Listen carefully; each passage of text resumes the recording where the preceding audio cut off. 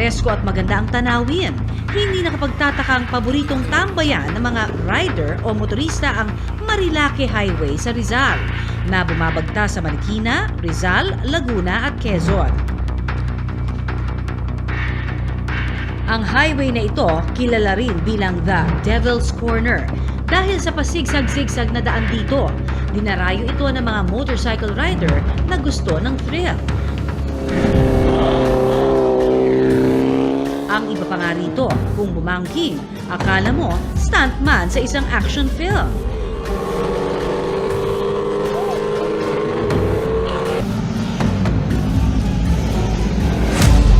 Gaya na lamang sa video na kuha ng isang vlogger. Makikitang humaharurot ang mga rider at nagpapagalingan sa stunts. Oy! Oy! Oy!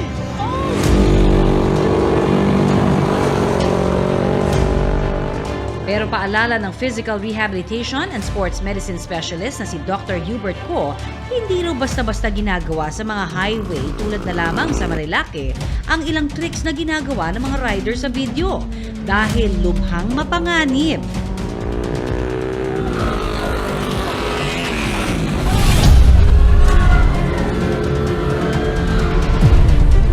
With regards to banking, kailangan mo maintindihan that magkaiba ang race bike sa road bike na ginagamit.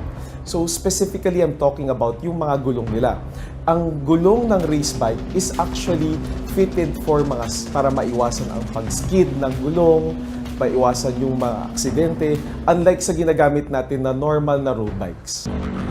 Ang isang rider, makikitang ibinababa ang kamay sa kalsada habang umaarangkada. Hanggang sa unti-unting dumaustos, nawala ng balanse at tuluyang sumempla. Babala ni Doc ang mga ganitong aksidente, posibleng humantong sa malalang injury. Siyempre, pag nagkaroon ka ng impact, pwede tayo magkaroon ng tinatawag na traumatic brain injury or tinamaan yung ulo. Pag tinamaan yung ulo mo, pwede po siya mag-cause ng fracture na pwedeng bumaan sa brain or pwedeng magkaroon ng hematoma formation or magdugo sa loob ng ulo. At pag nangyari po ito, ay pwedeng makompress yung brain natin. It will lead to loss of consciousness, yung nawawala ng malay, memory loss, pagkaiba ng personality natin, or pwede mag-lead to weakness.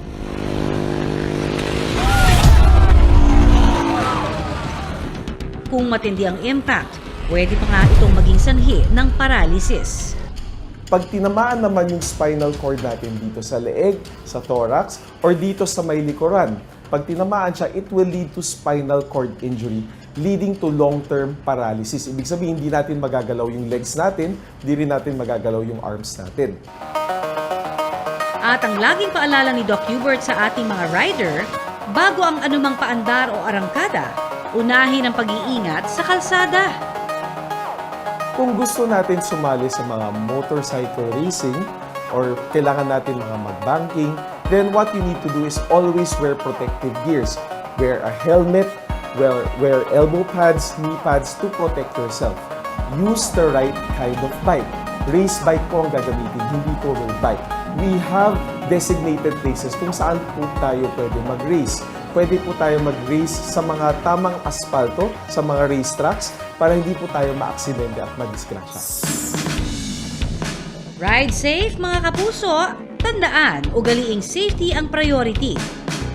Para iwas sa aksidente at swabe lang ang ride.